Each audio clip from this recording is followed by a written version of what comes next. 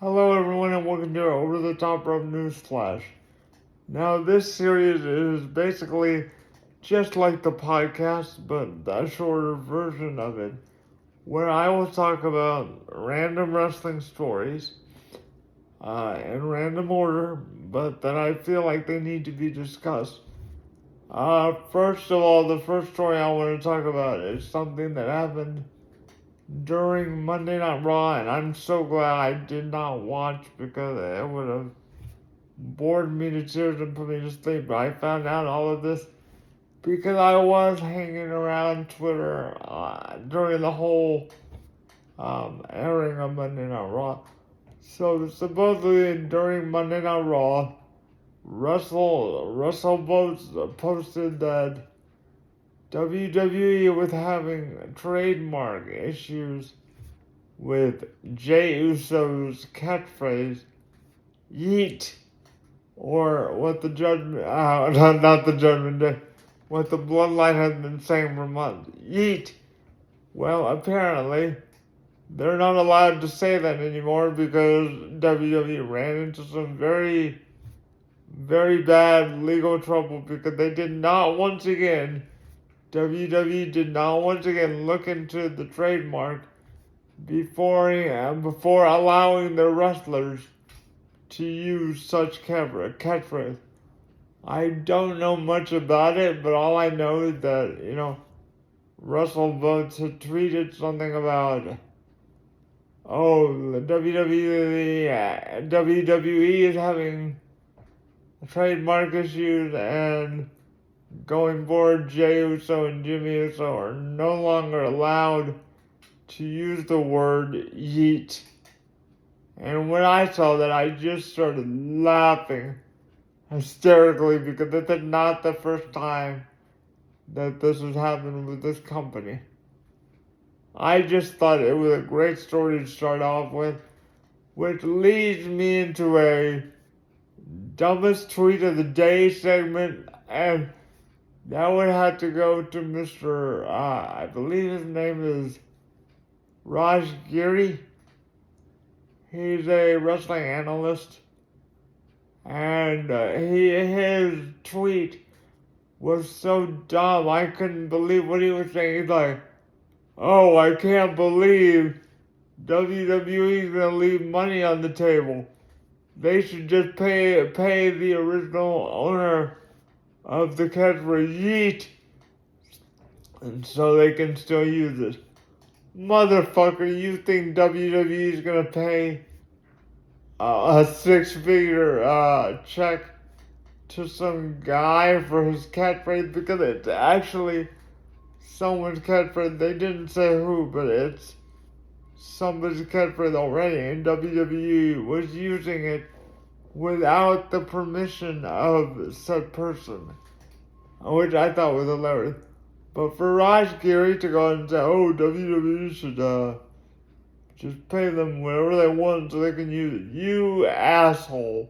And you really think that WWE, a multi-million-dollar company, is gonna pay basically for three letters, YEET? You think they're gonna pay like $32,000 for the word YEET? Really? Okay, bro. Sit down somewhere, bro. Like, really sit down somewhere, Raj. I mean, I respect Raj Giri, but honestly, he just said something really stupid and really asinine, so I wanted to talk about it. Congratulations, Mr. Raj Giri. You are the person of the day with the dumbest wrestling tweet of the day. Congratulations, my friend. Congratulations. Also, I wanted to talk about the narrative that's going around. People are, clamoring for Kazuchika Okada to go to WWE, and I'm just shaking my head. Does the WWE elitists, do the WWE universe really think? Do they really, really think that Triple H and WWE is going to treat Kazuchika Okada right if he goes over there. Kazuchika Okada's New Japan contract is up in January 2024. He is deciding whether or not he wants to move to the US, and if he does decide to move to the US, he has two options, WWE or AEW.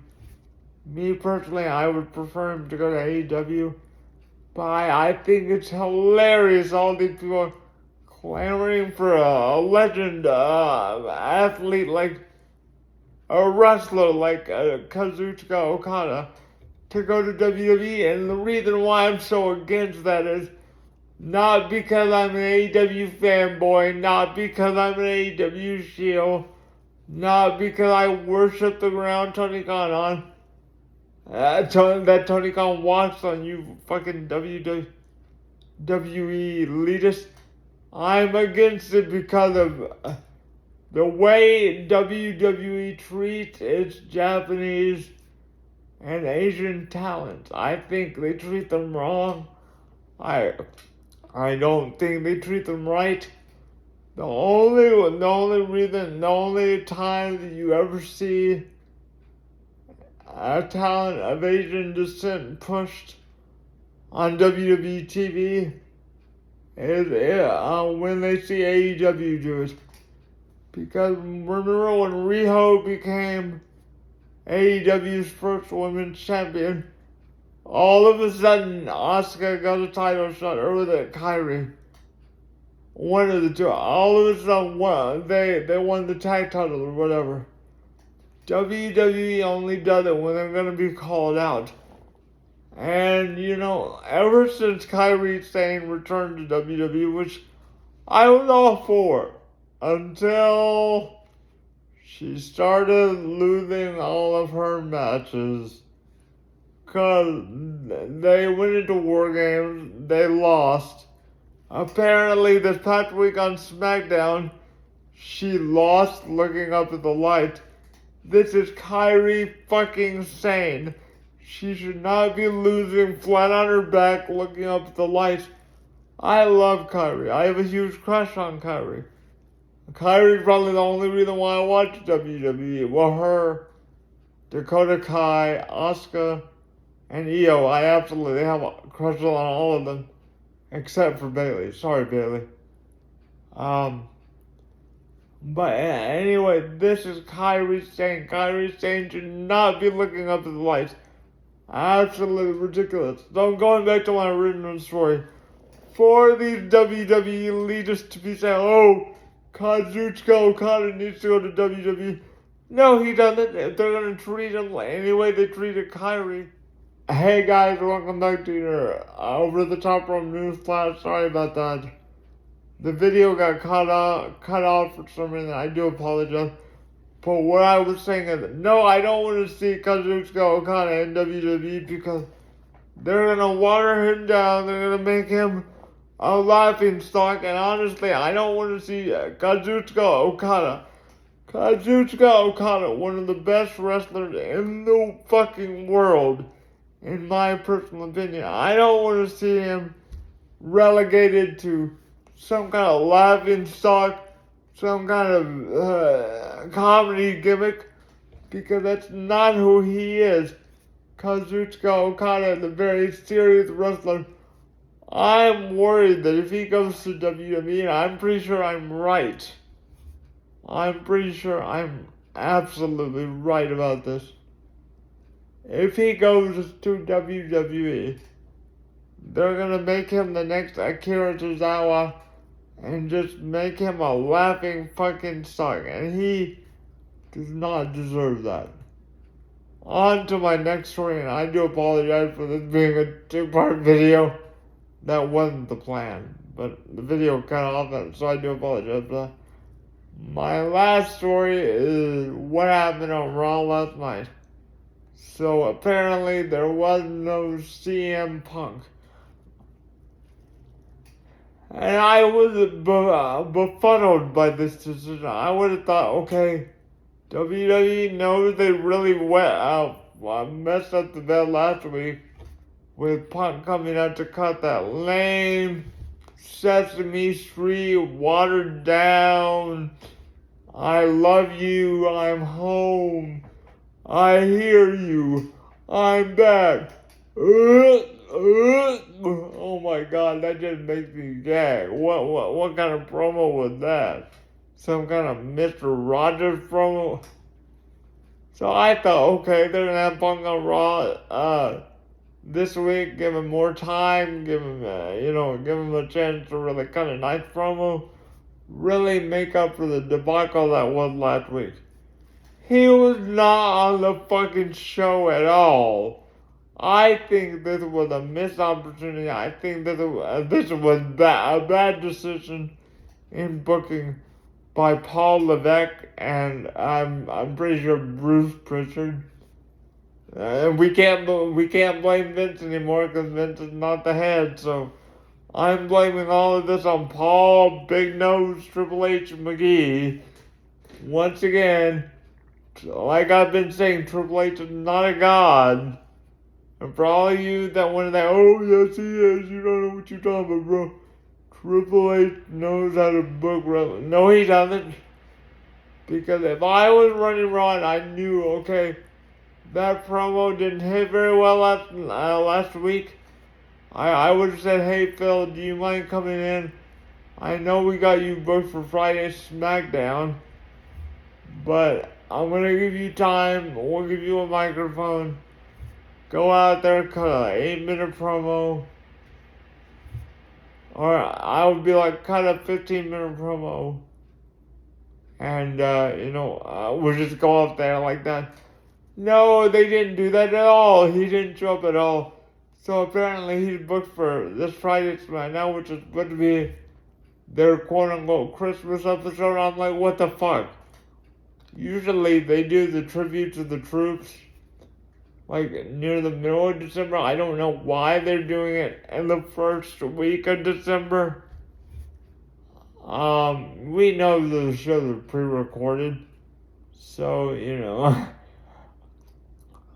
I'm just afraid, knowing WWE, they're gonna make Punk dress up as Santa Claus and go out there and be like, oh ho ho, I missed you, ho ho ho, I love you, blah ho ho ho, I'm home, and ho ho ho, I'm a hypocrite.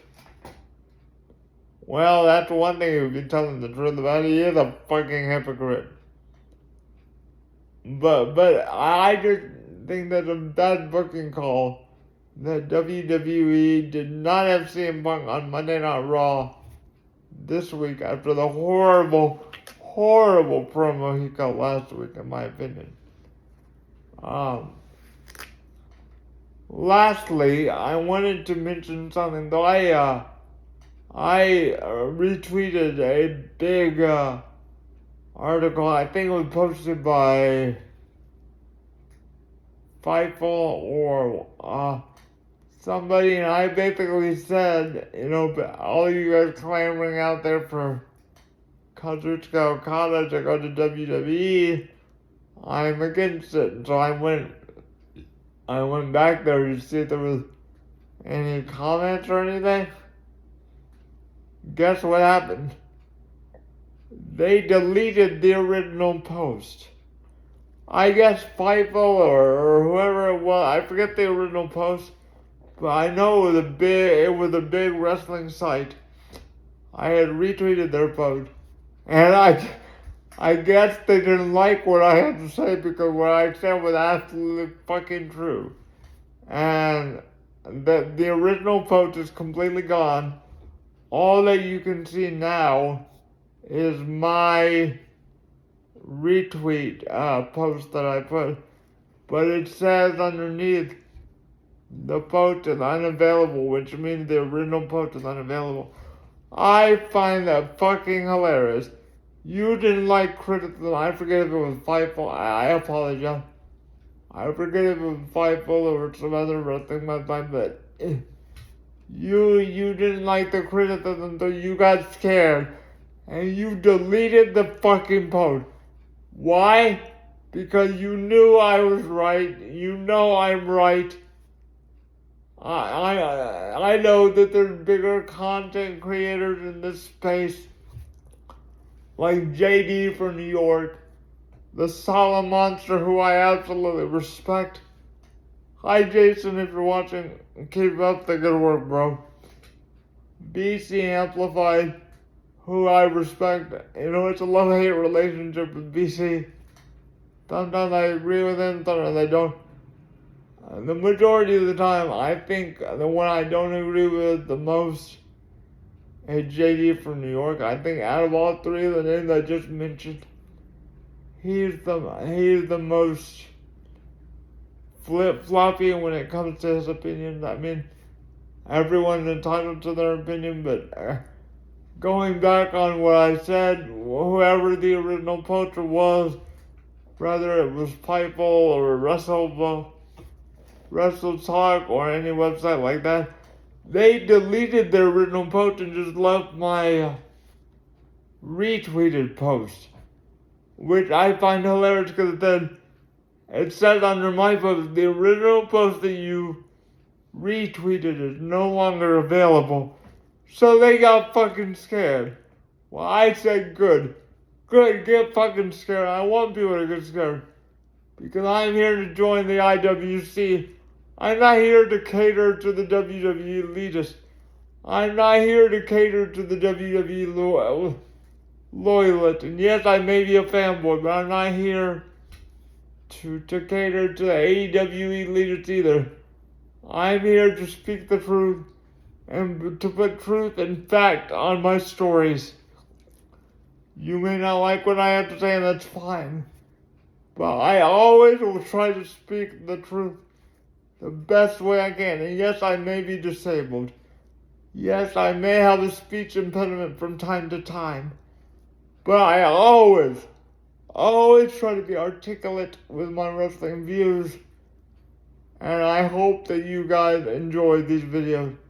Comment down below and let me know what you think. And sorry for it being a two-part video once again. I'm Nick and I hope you had a good day. Join me next time when we go over the latest news, rumors, and bullshit in the wrestling community as we go over the top rope. Goodbye, everybody. 3.